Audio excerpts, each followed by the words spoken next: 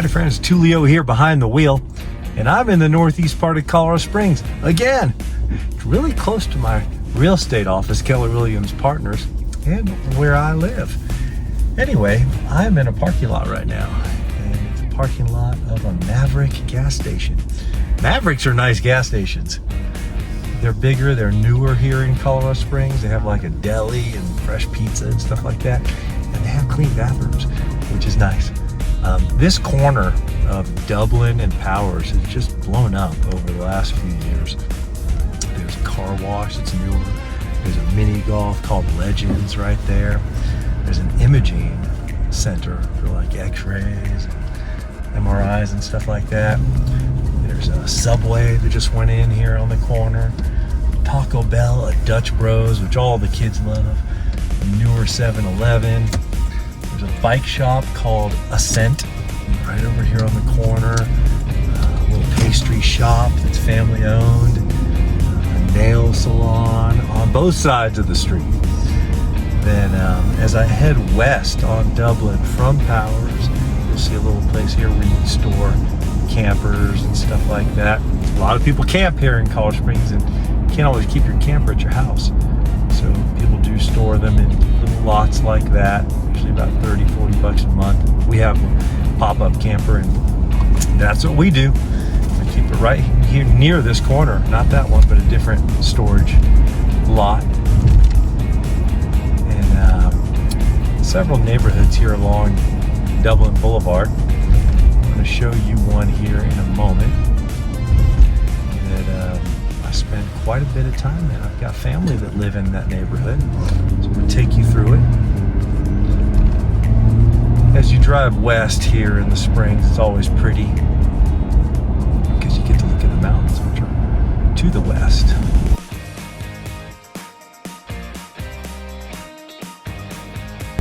Into this neighborhood here, and turn southward. The neighborhood's called Antelope Creek. I'm going to take you through several of the streets here. You'll see a mix, but probably more two-stories than ranchers. Most of them are going to have brick along the sides of the garages and on some of the faces, but then wood siding on the upper portions.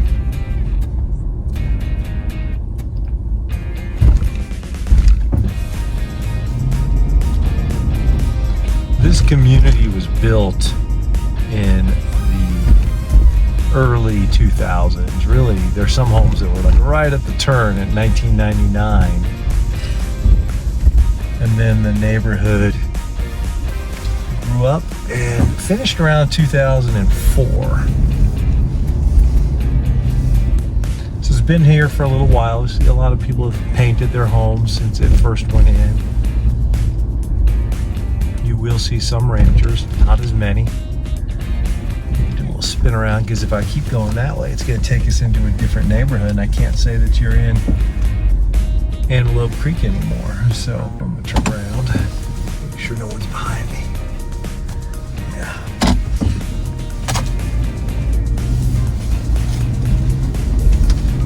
Now you will predominantly see 6-foot cedar privacy fencing on the sides and backyards in this area. There is not an active homeowners association in here, but people still do take pretty good care of their homes. That's a nice thing. Sometimes when there's no HOA, things can get out of control, but I wouldn't say that's the case here.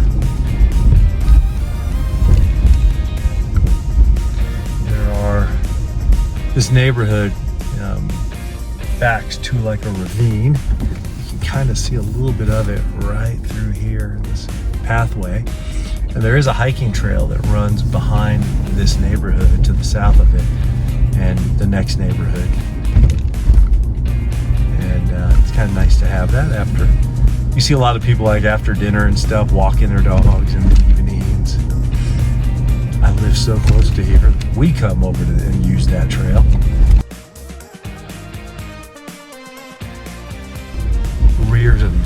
face southwest. Here's another trail access.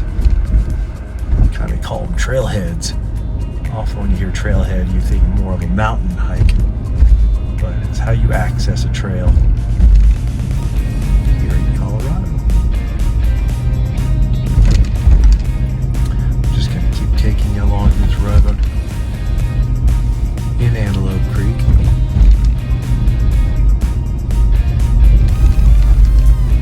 The houses that have the stucco tend to be the newest ones. That was really the last filing, this one right here in this subdivision. It got built up. But the neighborhood's been around long enough that trees are a bit more mature. These people have their camper parked in the driveway. Get away with that because there's no homeowners association, but most people don't want to park their camper in their driveway. It takes up a lot of space. We'll swing back around because if I keep going that way, once again it transitions into another neighborhood. Most of the homes in this subdivision are going to be between about 2,200 to 3,600 square feet. The ranchers hide it because and the 2 stories, they have basements. Most of the ranchers are going to have finished basements.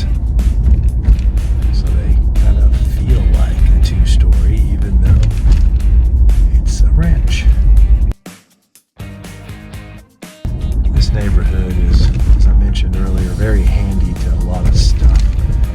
Real easy to get to Powers Boulevard very fast. And all the stuff that's right there in the corner. And I only showed you one side of it. You cross over Power, there's Chick-fil-A, there's the Verizon store, the Crumble Cookie, there's nail places, there's a really nice rib and chop house, there's Fuzzy's Tacos, rock climbing center over there. A lot of stuff really close by.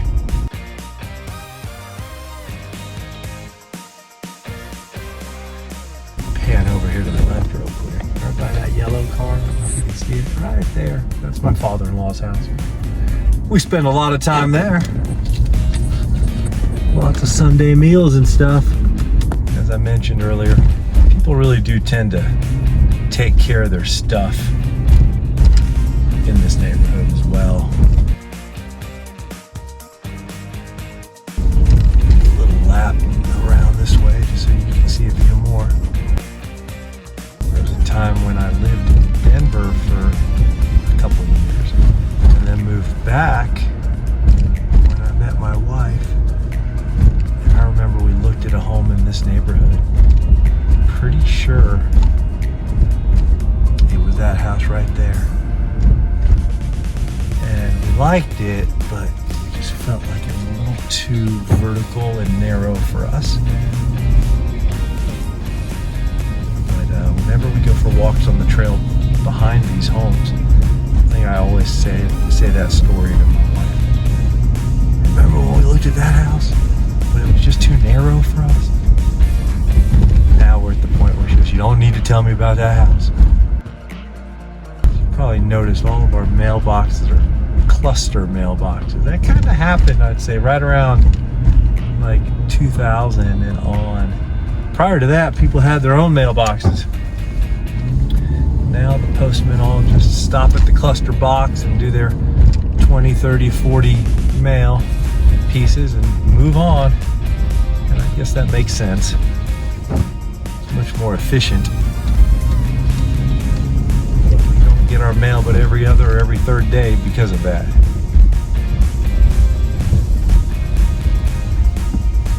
So I'm going to jump out of the neighborhood and get back on Dublin Boulevard. I already showed you where you end up if you go east by Dublin and Powers. I'm going to show you if you jump and go to the west. There's cars coming, so I'm going to go a little quick. How convenient that subdivision is to grocery store.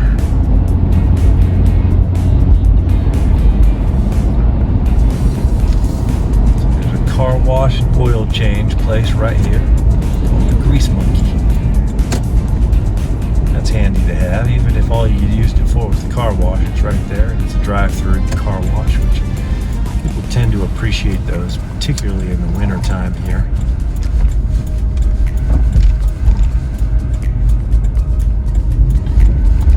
Now that took me about 15 seconds to get from that neighborhood to this plaza. This plaza has a Safeway. Safeway and King Soopers are bigger, chain grocery stores here. I mean, we have Super Walmarts and stuff like that. But Safeway's like in the Albertsons family or vice versa. But this is super close to that neighborhood, super close to my neighborhood, that we need anything in a hurry. This is the grocery store we hit. There's a wine and liquor store. There's a play street museum for little kids to play. Pop-up Murphy's Pizza. A really cool new taco shop right here that very recently opened up. JR's is what it's called. There's a new something going in right here. Looks like it's going to be something you can eat at. We don't know what it is yet. Wish they put a sign out that said, "This is going to be this." But it sure looks like it's going to be an eating place. Watch it be another bank. All right, then in this little plaza, there's an Anytime Fitness, one of those places that you get a membership at and literally work out anytime. It's got like key entry. There's a Great Clips where Tulio gets his hair cut. There's Nail Perfection where Tulio's daughters go to get their nails done. There's two dudes crossing the street.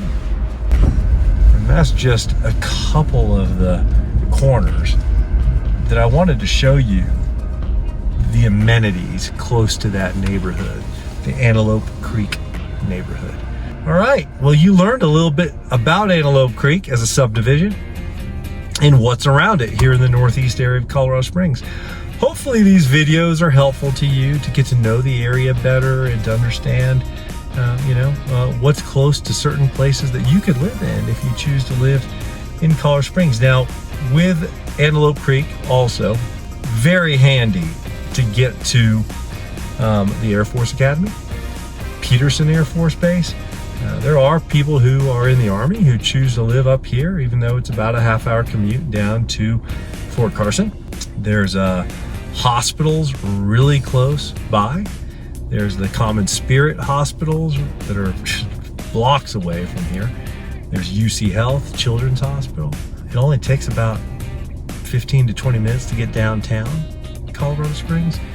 If you wanted to go up to the shops at Briargate, there's beautiful outdoor shops up there and some really nice restaurants around there. Really close located to Villa Sport, which is a super fitness center, and not far at all to the Briargate YMCA. Very close as well to the Northeast Library, which I think is one of the better libraries in all of Colorado Springs. It's got great views. Really nice to just sit and read and be able to look out at the mountains from their big windows. So, all right, my friends, thank you so much for joining me on this little trip to learn about Antelope Creek Subdivision. If these videos are helpful to you, please make sure to push the button and like, follow, or subscribe, and I will keep bringing you more. I'll see you soon. Thank you.